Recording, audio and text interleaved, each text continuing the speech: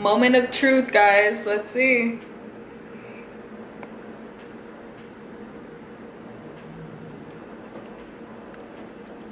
Not bad.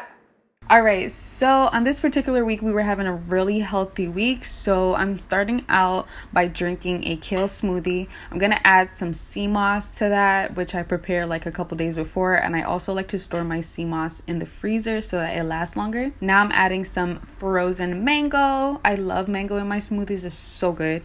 And I'm going to add some chia seeds. That keeps me full for hours, by the way. And I'm also going to add some black seed oil. I probably should have drank the black seed oil before the smoothie because it kind of makes the smoothie a bit bitter. But anyways, now I'm going to add some raw vegan protein, and I just put that on top of my bed of ice. I also add water to that. And this protein has no taste to it, so it shouldn't add a different taste to the smoothie. That's just how I like it. I don't like the vanilla or the other chocolate sweeteners. I just try to avoid adding artificial sweeteners at any cost. The mango really gives it that touch that it needs.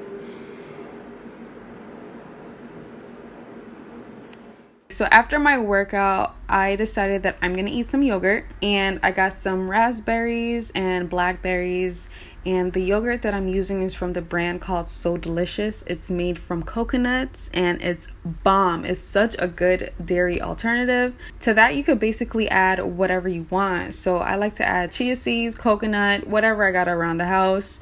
And I'm gonna add this pomegranate, and let me tell you, this sets it off. Like, it's so juicy and good and fresh, and I really don't even eat cereal anymore because this is so good. Later after that, I had another snack, and it was just fruit.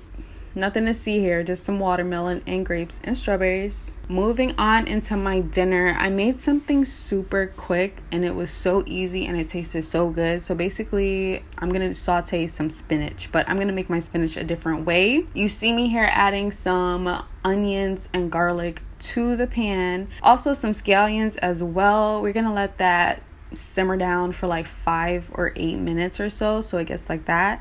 I also added some thyme leaves, and that's really gonna add some goodness to it. Now I have ginger, green pepper, yellow pepper, and tomatoes, and I just add that to the pot as well.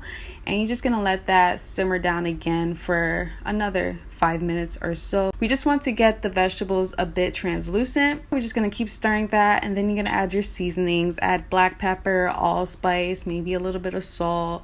And now for the star of the show, which is the spinach.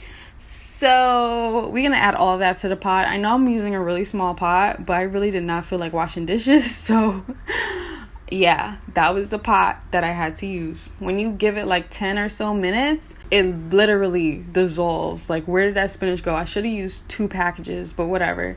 And that's what it looks like, and it's so good. I made it with some quinoa and some avocado on the side. I didn't even eat any meat this day, so it was bomb. It was so good.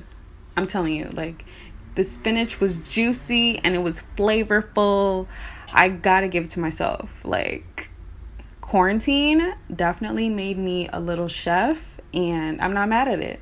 It's fire. It was so good. Just your daily reminder to drink your water. And then after my meal, a couple hours later, I had a little snack. A little snacky snack, okay? So basically, I had my rice cakes, and I put some nut butter and bananas on top. And I just sprinkled whatever I had around the house, which is the same thing that I use for my yogurts.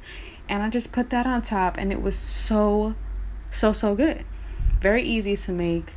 I put some hemp seeds on top of there, and you can see the coconut flakes are on there too. And this was bomb. Like, such a healthy, good snack. And that was it for the day. Yes, we are done here. So thank you guys so much for watching. If you want to try out any of these recipes, you are free to do so. Let me know what you think, and I will see you in my next video. Bye.